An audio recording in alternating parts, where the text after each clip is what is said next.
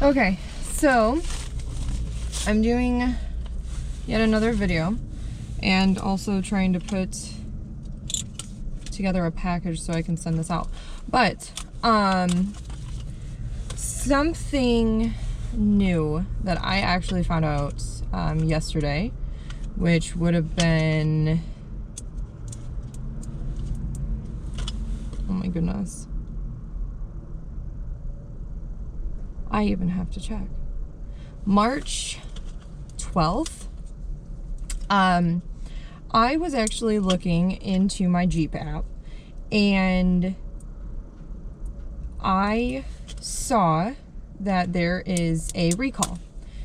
And the funny thing about this recall is it only includes the standard transmission Wranglers and Jeep trucks, so the Gladiators. On top of that, this recall is for the clutch plate, and what is happening is the clutch plate will basically start breaking apart. I would go into like the mechanics and everything, but I mean, honestly, there are millions of articles that can be read, so I don't want to go too much into it. But one of the things that happen is it makes you feel like your Jeep is losing power or not getting enough power when you're driving. So the reason why I'm actually speaking about this rather than what I was going to do, which was going to be talking about the other issues that I've run into, like I was stating from my last video, this I have brought up to the dealership probably, oh my gosh, I don't know, like 3 or 4 times. And they kept telling me that it was normal wear and tear. Well, I have actually been dealing with this particular issue for almost 2 years now, and this was something that I brought up to them. Sorry about the tape ripping. This is something that I actually brought up to them multiple times, like I said, almost a year ago, and I actually ended up sending the service manager a very nice email, and just kind of letting him know that, you know, this was a situation that I have brought up to them multiple times. And what's actually a little frustrating was every time, since I was having so many issues with my Jeep, and this was when I had my warranty, what was said was anytime I brought my Jeep in, they were supposed to call Chrysler, which is like their tech support. And this was also around the same time that they ended up not calling their tech support. I also talked to 3 case managers about this particular issue, and you know, I actually ended up having a case manager that really didn't help me at all. She, I felt, didn't do what she was supposed, like what she could have done, because she is a lot higher than the service managers.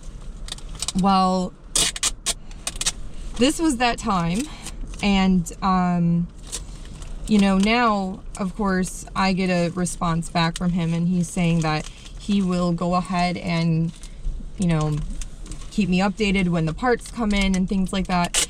Well, I mean, I would love to be able to believe that, but I mean, he's kind of not really kept his word in the past, so it's a little bit annoying, but you know, he's trying to say things like that.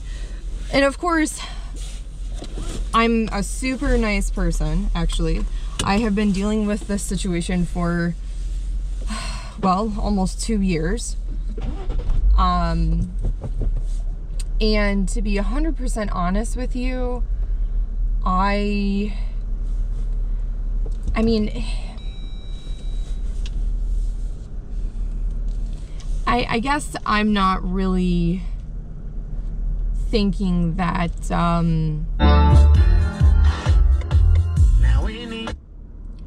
that anything more really is gonna happen. I mean, I get that I can get this recall fixed for free, but just in my opinion, this should have been brought up a long time ago. So, sorry, I'm in a parking lot that's just like, there are just people literally everywhere. That's what happens when you're in the city, just everywhere. I'm not from the city. But, anyway, so I'm not really entirely sure what's gonna happen. Of course, you know, along with all these issues, I did have to send this information to some people, just kind of saying, hey, you know, this is happening, and this is something that I brought up a year ago, and I feel like we didn't actually troubleshoot the situation correctly. So, I mean, my Jeep is definitely on the list, and he also told me that my Jeep was on the list, and I was like, you know, I know.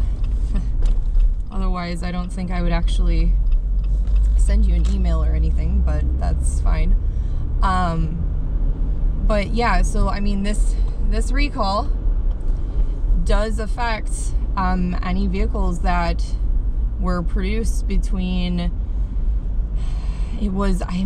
don't quote me on this, but it was definitely like July of, you know, for the production of the 2018 models and the standard transmissions, all the way to actually just this past February.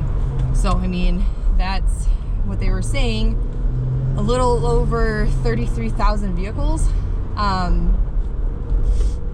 Now, as I start posting videos and I start talking more about like the other issues that I do run into, a lot of the issues that I actually have been dealing with for, you know, almost the full length of, you know, me owning this Jeep, I mean, basically since a month after I got it, Chrysler is starting to put out recalls. But these issues I've been dealing with since, you know, day one.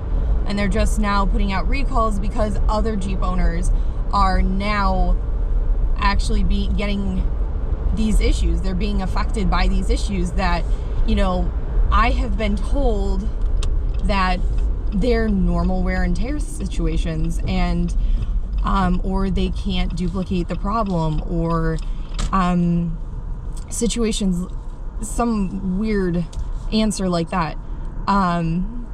So here's this Jeep in front of me who has their third taillight Jeep emblem, like grill emblem, like upside down. That's interesting. Sorry for sidetracking, but I just thought it was like super interesting. But so I really wanted to actually have this one as my second video, only because this one was like the newest situation, and they don't actually have parts out for a fix right now. So I mean, we're basically just all driving a vehicle that could potentially, you know, catch on fire at any point in time, because that's literally what happens. And I mean, again, like, I'm at now 42,000, almost 200 miles, so mine hasn't done it yet, but I mean, mine does have that when I'm driving, which I have brought this up a million times. You know, when I'm driving, it definitely feels like I'm not getting enough power, which I've brought up or it feels like my clutch is not engaging correctly. And they call it, I think it's like travel, like the travel of the clutch is extended or something. And I mean, that's that again, I was told everything, you know, is fine, it's normal wear and tear, and I mean, clearly it's not, because now we have a recall. And you know, some of these recalls I've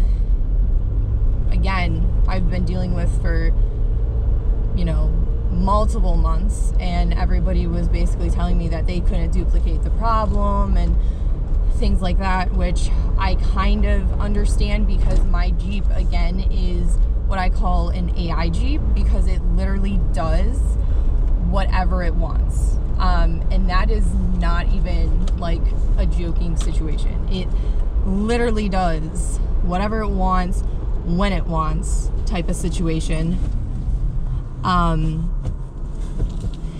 And it is slightly upsetting that now all of these situations are coming up with other Jeep owners, and I'm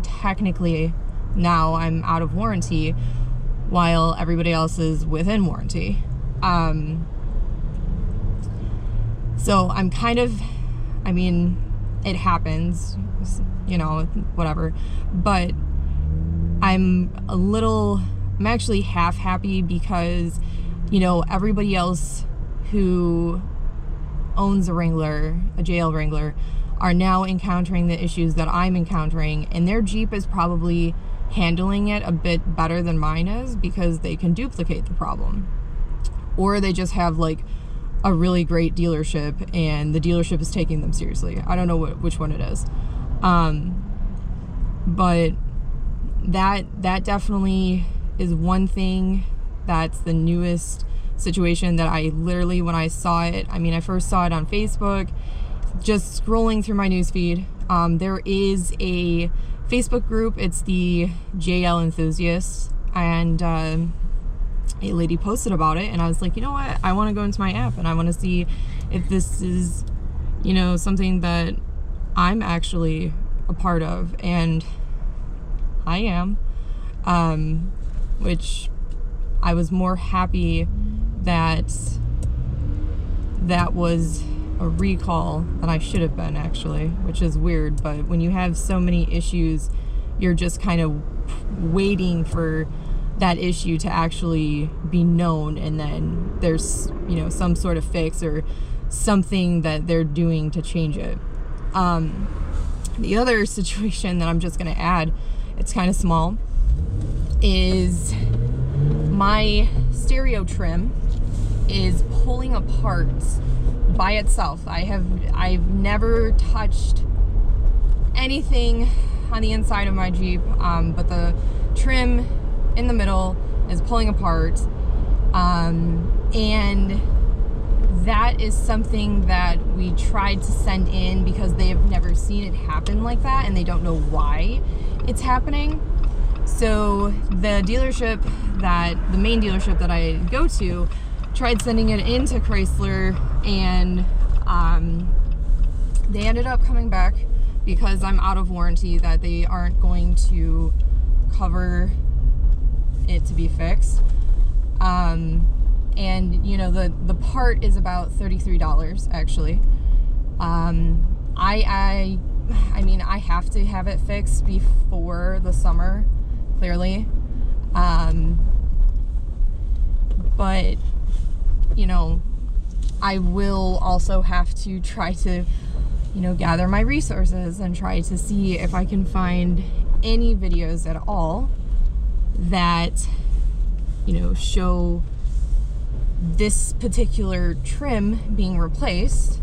I highly doubt I'm gonna find anything, but again, I'm definitely gonna try, because I have to have it fixed.